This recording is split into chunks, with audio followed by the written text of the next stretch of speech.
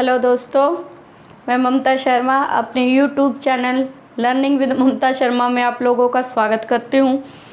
अभी मैंने ये जो क्लास है अभी थोड़ी देर पहले ही जो की थी। अब ये जो बोर्ड है मेरा, इसमें कम स्पेस है ना, तो इसलिए मैं इसको अलग अलग टुकड़ों में जो है करनी पड़ेगी। भाई देखो, हमने यहाँ तक आपको समझा दिया था अंतस्थ व्यंजन, ऊष्म व्यंजन ये क्या होते हैं, ठीक है। संयुक्त व्यंजन क्या होते हैं ये मैंने आपको बताया था। मैं डिटेल में आपको बाद में समझाऊंगी। अभी आपको मैंने बोला था लिख लीजिएगा। अभी यहाँ पे इतनी जगह है, ये जो है ये तो चाहिए कि भाई इन चीज़ों को समझाने के लिए ये सारणी तो मुझे चाहिए ही चाहिए। तो अब देखो, स्पर्श व्यंजन, स्पर्श व्यंजन जो है वो क्या होते हैं, इसकी परिभाषा लिख लीजिए आप, ठीक है। अपनी कॉपी में इसको अच्छे से लिख लीजिए। जिन व्यंजनों का उच्चारण करते समय हवा फेफड़ों से होकर फेफड़ों से निकलते हुए मुंह के किसी स्थान विशेष, कंठ, मूर्धा, तालु, दंत या फिर होठ से होकर निकले तो वो हमारे क्या कहलाते हैं, स्पर्श व्यंजन कहलाते हैं। ये इसकी परिभाषा मैंने समझा दिया था आपको। अभी ये इसकी परिभाषा आप लिख लीजिए यहाँ से साफ साफ। देखो, स्पर्श व्यंजन की परिभाषा क्या है, जिन व्यंजनों का उच्चारण करते समय हवा फेफड़ों से निकलते हुए मुंह के किसी स्थान विशेष, जैसे कंठ है, मूर्धा है, तालु है, दंत, ओठ से होकर या स्पर्श कर निकले तो वो क्या कहलाते हैं, हमारे स्पर्श व्यंजन कहलाते हैं। अभी मैंने यहाँ पे लिख रखा था ना, घोष अघोष, ये लिख रखा था। ये अघोष है, ये अघोष है और ये बाकी तीनों ही सघोष है। अब देखो ये मैंने क्यों लिखा था ये मैं आपको अभी यहाँ बताऊँगी। तो घोष और सघोष एक ही बात होती है। आप इसको घोष बोल लो या सघोष बोल लो, इसका मतलब एक ही होता है। इसकी आप परिभाषा लिख लीजिए। जिन ध्वनियों के उच्चारण में लिख लीजिए स्वर तंत्रियों में कंपन हो, मतलब जब हम बोले ना उनमें हमारे जो स्वर तंत्रियाँ हैं इनमें कंपन सा महसूस होगा आपको, वाइब्रेशन सा, तो वो हमारे क्या हो जाएंगे, घोष या सघोष। मतलब घोष का मतलब क्या हो गया, कंपन। बोलते वक्त, उच्चारण करते वक्त जिनमें क्या हुए, कंपन। देखो अब इन्होंने बताया है जिन ध्वनियों के उच्चारण में स्वर तंत्रियों में कंपन हो, इसका मतलब जो ये हमारे मैंने लिख रखे ना यहाँ ना, तीसरा, इसका मतलब तीसरा वर्ण, चौथा वर्ण और पांचवा वर्ण, हर वर्ग का तीसरा, चौथा, पांचवा वर्ण क्या कहलाता है भाई, घोष वर्ण कहलाता है। देखो आप इसको ना उच्चारित करके देखो, ग घ ड़, देखो यहाँ पे आपको ना कंपन फील होगा, कंपन सा, तो वो क्या हो गए, हमारे घोष वर्ण हो गए। अब इसके विपरीत अघोष वर्ण, अघोष वर्ण की क्या परिभाषा हो जाएगी, जिन ध्वनियों के उच्चारण में कंपन ना हो। मतलब पहला और दूसरा कौन सा, देखो कौन सा, क ख, देखो एकदम ऐसे ही बोले जा रहे हैं ना ये, क ख एकदम, तो ये क्या हो गए हमारे अघोष। तो हर वर्ग का पहला और दूसरा, हर वर्ग का पहला और दूसरा अघोष वर्ण कहलाएगा, ठीक है। इसको याद हो जाएगा। देखो बहुत सिंपल सी बात है, अघोष और सघोष। अघोष मतलब जिसमें कंपन ना हो, पहला और दूसरा, हर वर्ग का पहला और दूसरा वर्ण। सघोष जिसमें कंपन हो, हर वर्ग का तीसरा, चौथा, पांचवा वर्ण क्या कहलाएगा भाई, सघोष कहलाएगा, सॉरी, उसमें कंपन होता है और अघोष में कंपन नहीं होता है। सघोष में कंपन प्राण तत्व के आधार पर। अब देखो हमने सघोष अघोष पढ़ लिया था। अब हमारा प्राण तत्व के आधार, प्राण का मतलब यह क्या होता है भाई, हवा से, जो मुख से हवा निकलती है ना, इसका प्राण तत्व का मतलब हवा होता है, ठीक है। जो हमारे मुख से हवा निकलती है, कोई भी उच्चारण, कोई भी वर्ण उच्चारित करते समय। अब अलप प्राण और महाप्राण, देखो ये भी लिख रखे हैं ना मैंने यहाँ पे, अलप प्राण, महाप्राण, अलप प्राण, महाप्राण, है ना, ये अलप प्राण लिख रखे हैं ना तीनों ही। तो अलप प्राण मतलब जिन वर्णों के, ये आप परिभाषा ना नोट डाउन कर लीजिएगा कापी में, अपनी में जो कापी ले रखे ना उनमें लिख लीजिएगा ध्यान से, और ये जो सारणी है तो बनी ही रहनी चाहिए। अलप प्राण जिन वर्णों के उच्चारण में मुख से कम हवा निकले, है ना। देखो अब ना उच्चारित करके देखो, इसमें अलप प्राण में कौन कौन से वर्ण आ गए, पहला, तीसरा और पांचवा। अब देखो मैं क वर्ग को उच्चारित कर रही हूँ, अपने आप देखना। क क ख ग घ ड़। देखो अब जब हवा निकल रही है ना, पूरा वर्ग एक साथ बोल के देखो तो आपको महसूस होगा पहला तीसरा पांचवा वर्ण जल्दी जल्दी बोले जा रहे हैं, कम हवा लग रही है। और जब आप दूसरा और चौथा वर्ण जो है उच्चारित करोगे ना, इसमें क्या निकलेगी, आपकी ज़्यादा हवा निकलेगी। वो कैसे, वो भी देखो। जो महाप्राण है, महाप्राण वर्ण कौन से होते हैं, जिन वर्णों के उच्चारण में अधिक हवा, मुख से अधिक हवा निकले। और वो कौन से होते हैं, हर वर्ग का दूसरा और चौथा वर्ण होता है। जैसे कि देखो अभी उच्चारित करके देखो कैसे, देखो क ख जोर पड़ रहा है ना, यहाँ पे वायु ज़्यादा निकल रही है ना यहाँ पे। ग घ देखो अड़ा। फिर से प्रोनाउंसिएशन एक बार फिर से उच्चारित करो पूरे वर्ग को, आप देखना, आप नोट करोगे। क ख ग घ ड़ मैंने किया ना, तो जो दूसरा और जो चौथा वर्ण है इसमें क्या ज़्यादा हवा निकली, तो ये क्या हो गया भाई, हमारा महाप्राण हो गया। और पहला तीसरा और जो है पांचवा अक्षर क्या हो गया, हमारा अलप प्राण। तो स्पर्श व्यंजन हो गया। अब हम अंतस्थ व्यंजन के बारे में जानेंगे। अंतस्थ व्यंजन मैंने बताए थे आपको 4 होते हैं, य र ल व। ठीक है, इसकी परिभाषा लिख लीजिए। अंतस्थ व्यंजन क्या होते हैं, जिन वर्णों का उच्चारण पारंपरिक वर्णमाला, मतलब जो हमारी पहले से चलती आ रही है हिंदी की वर्णमाला के बीच, अर्थात स्वर और व्यंजनों के बीच स्थित हो। ठीक है, ये इसकी परिभाषा है अंतस्थ व्यंजन। इनको अंतस्थ व्यंजन इसलिए बोला गया है भाई, ये स्वर और व्यंजन के बीच में ही इनका जो है उच्चारण होता है।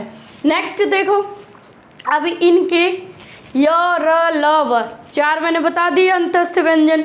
यहाँ से क्वेश्चन क्या आता है, आपको क्या दे देगा, आपको क्वेश्चन दे देगा अंतस्थ व्यंजन इनमें से कौन सा है, और नीचे आपको इनमें से कोई एक और बाकी स्पर्श व्यंजन दे देगा। ठीक है, तो आप क्या टिक करोगे, अगर या र ल व में से कोई है एक, तो यही हमारा क्या होगा, अंतस्थ व्यंजन होगा। तो ऐसे यहाँ से क्वेश्चन बनते हैं। या फिर आपसे संख्या पूछ लेगा, अंतस्थ व्यंजनों की संख्या कितनी होती है। जैसे स्पर्श व्यंजनों की संख्या 25 होती है, तो अंतस्थ व्यंजनों की संख्या क्या होती है, 4 होती है। ठीक है, याद रख लेना इसको। अब इनका ना मैं आपको बता दूं, जो या है हमारा, ये इसका उच्चारण स्थान कौन सा है, या का तालव्य। मतलब ये हमारे जब इसको उच्चारित करते हैं या को, हमारी जो जीभ है तालु से मिलती है जाके, तो तालु को स्पर्श करती है, तो ये तालव्य है यह। और ये अलप प्राण है, याद कर लेना, ये हिल रहा है, सघोष है। ठीक है, यह क्या है, तालव्य उच्चारण स्थान, अलप प्राण और सघोष। ठीक, अब र क्या है, दंतमूल। दंतमूल किसको बोलते हैं, मसूड़े को। ठीक है, मसूड़ा होता हमारा। र जो है उसका उच्चारण स्थान क्या हो गया, दंतमूलीय हो गया, दंत। ल क्या है, इसका भी उच्चारण स्थान कहाँ से हो गया, दंतमूल।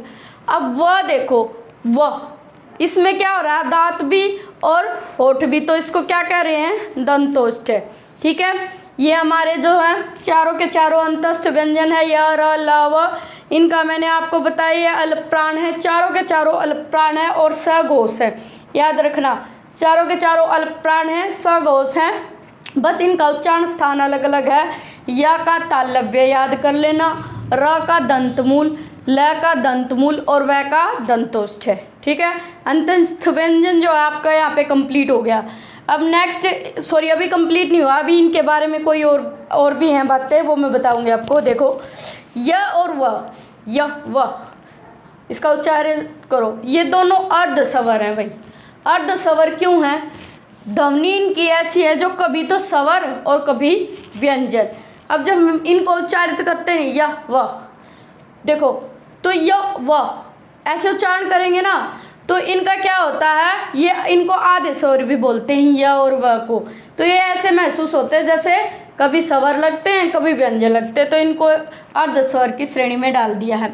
अब देखो र इसको लुंठित बोलते हैं भाई, ये इंपॉर्टेंट है। लुंठित वर्ण, र क्या हमारा, लुंठित वर्ण, याद कर लेना इसको। और ये लुंठित वर्ण क्यों है, जिसके उच्चारण में जीभ तालु से लुढ़क कर स्पर्श करे। मतलब हमारी जीभ है ना, उच्चारित करते समय लुढ़क जाती है, तो लुढ़क जाती है तो इसको क्या कह दिया, लुंठित वर्ण। ये पेपर में आता है बहुत बार कि लुंठित वर्ण इनमें से कौन सा है, तो आप क्या टिक करोगे? र। सिर्फ र एक लुंठित वर्ण है, याद कर लेना भाई। मैंने तो ऐसे ही याद किया था कि र जब बोलेंगे जीभ लुढ़क जाती है तो लुंठित वर्ण। अब ल क्या है हमारा? पार्श्विक वर्ण है। ये भी बहुत इंपॉर्टेंट है और ये भी हमेशा क्वेश्चन में आता है पेपर में। इन दोनों में से एक तो आता ही आता है, मैक्सिमम आता है। ल क्या हमारा? पार्श्विक वर्ण।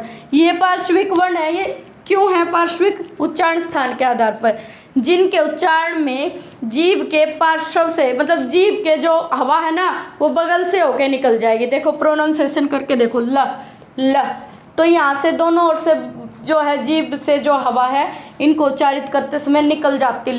ल ऐसे उच्चारित करके देखना, आपको फील होगा। ध्यान से करना, एकदम जल्दी जल्दी करोगे तो नहीं फील होगा, अगर समझ के करोगे तो आपको महसूस होगा कि जो हवा है जीभ की बगल से निकल जा रही है। तो इसलिए जो बगल है इसको पार्श्व कह देते हैं, इसलिए इसको पार्श्विक वर्ण कह दिया। र हमारा लुंठित वर्ण और ल हमारा पार्श्विक वर्ण। याद हो गया? याद हो गया होगा भाई, अच्छे से इसको समझ लेना। अब हम इसके बाद नेक्स्ट आते हैं हमारे ऊष्म व्यंजन, है ना। ये हमारे अंतस्थ व्यंजन है। अंतस्थ व्यंजन के बारे में मैंने आपको बता दिया, यह और वह आधे स्वर में होते हैं भाई। आपको क्वेश्चन आ जाए अर्ध स्वर कौन से, वे व्यंजन बताओ जो अर्ध स्वर होते हैं, जिनको अर्ध स्वर भी कहते हैं भाई। तो यह और वह। आपको पूछ ले लुंठित वर्ण तो क्या बताओगे? र। आपको पूछ ले पार्श्विक वर्ण तो क्या बताओगे? ल। ठीक है, इतना यहाँ तक हो गया। अब ऊष्म व्यंजन देखो, ऊष्म का मतलब ही क्या होता है? गर्मी। ऊष्म व्यंजन को कौन से होते हैं, इनकी परिभाषा लिख लीजिए। जिन व्यंजनों का उच्चारण करते समय, जिन व्यंजनों का उच्चारण करते समय वायु जो है मुख के किसी स्थान के साथ घर्षण करे, किसी स्थान के साथ घर्षण या रगड़ खाए। घर्षण या रगड़ खाएगी तो क्या होएगा भाई? ऊष्मा उत्पन्न होगी, गर्मी उत्पन्न होगी ना। तो वो वर्ण क्या कहलाते हैं? हमारे ऊष्म व्यंजन कहलाते हैं। देखो श जो है, श देखो यहाँ पे घर्षण हो रहा, जो हवा है ना वो गर्म सी निकल रही है, फील करो। श। अब देखो हम इनको कैसे याद करते थे? सलजम, है ना। सलजम, शलगम कह लो भाई, है ना। और षटकोण, षटकोण, ऐसे हमारे टीचर हमें याद करवाते थे, तो आप भी ऐसे ही कर लो इनकी पहचान। और सपेरा, सपेरा, ह से हल। अब देखो इनके जब हम उच्चारण कर रहे हैं ना तो हवा जो है वो कहीं पे हमारे जो कंठ स्वर तंत्रियां है ना वहाँ पे घर्षण होकर रगड़ खाकर गर्म हो जाती है थोड़ी, तो गर्म हो जाती है तो इनको क्या बोल दिया भाई? ऊष्म व्यंजन बोल दिया। ठीक है, अब इनका ना उच्चारण स्थान देख लो। सलगम वाले स का उच्चारण स्थान तालु है। देखो तीनों स के अलग अलग हैं भाई। और षटकोण, षटकोण वाला जो स है उसका जो मूर्धन्य है, ठीक है, क्या है? मूर्धन्य। और सपेरा, ये क्या है? दंतमूल। देखो ये तीनों स हैं, पर इनका जो उच्चारित करोगे ना तो इनकी जो उच्चारण की जो ध्वनि है ना वो तीनों ही अलग अलग होती है भाई। ये इनमें तीनों में डिफरेंस होता है। अब देखो है, इसमें घोष और इसके तत्व के आधार पर भी मैंने बता दिया। यहाँ पे है जो है सघोष है और महाप्राण है, और ये तीनों क्या हैं? सघोष महाप्राण। सा हमारा महाप्राण और ये हमारा सघोष, और ये हमारा श क्या हो गया? तालुव्य। मतलब ये वर्ण जो हमारा तालव्य होता है। ठीक है, अब आगे देखो उत्क्षिप्त व्यंजन, उत्क्षिप्त या द्विगुण व्यंजन। ये कौन कौन से हैं भाई? ढ, ठीक है, सॉरी ढ। अब देखो इनमें क्या फ़र्क है? जो हमारे वे व्यंजन थे ना स्पर्श व्यंजन, उनमें यहाँ पे नीचे बिंदी नहीं थी, तो ये हमारे क्या है? ये हमारे पहले जो वर्ण थे ना उनमें शामिल नहीं थे। अब ये कैसे हैं? ये हमारे थोड़े से हिंदी के विकसित व्यंजन के रूप में आ जाते हैं। इनको ढ और ढ जिनके नीचे बिंदी हो वो हमारे उत्क्षिप्त व्यंजन कहलाते हैं। उत्क्षिप्त व्यंजन या द्विगुण व्यंजन। इनकी परिभाषा लिख लीजिए। जिनके उच्चारण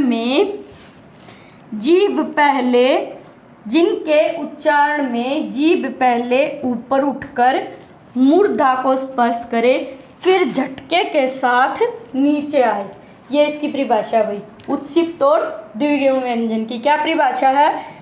जीभ जिनके उच्चारण करते समय पहले जीभ जो है ऊपर उठे, फिर मूर्धा को स्पर्श करे, फिर एकदम झटके से नीचे आए, ढ ढ, है ना।